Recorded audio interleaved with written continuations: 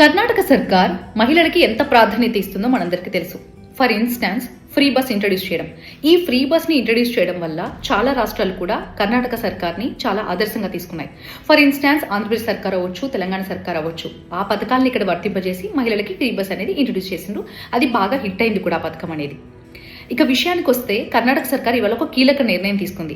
మహిళల ఆరోగ్యాన్ని దృష్టిలో ఉంచుకొని వాళ్ళ హెల్త్ బాగుండాలని వాళ్ళ కోసం ఒక పెయిడ్ లీవ్ ఇవ్వాలని డిసైడ్ అయింది. లేడీస్ పీరియడ్స్ టైంలో చాలా వీక్ ఉంటారు, విపరీతమైన బ్యాక్ పెయిన్తో సఫర్ అవుతుంటారు కొంతమంది, ఇంకొంతమంది విపరీతమైన స్టమక్ పెయిన్ ఉంటుంది, ఎంటైర్ బాడీ పెయిన్స్ ఉంటాయి ఇంకొంతమందిలో, ఇలా రకరకాల నొప్పులతో బాధపడుతుంటారు. సో మహిళల ఆరోగ్యాన్ని దృష్టిలో ఉంచుకొని వాళ్ళకు ఒక రోజు రెస్ట్ తీసుకోవడానికి సెలవుకు అనుమతించింది. అంతేకాదు ఆ రోజు ఎవరైతే లీవ్ తీసుకుంటారో వాళ్ళకి పెయిడ్ లీవ్గా పరిగణించాలని కర్ణాటక సర్కార్ నిర్ణయం తీసుకుంది.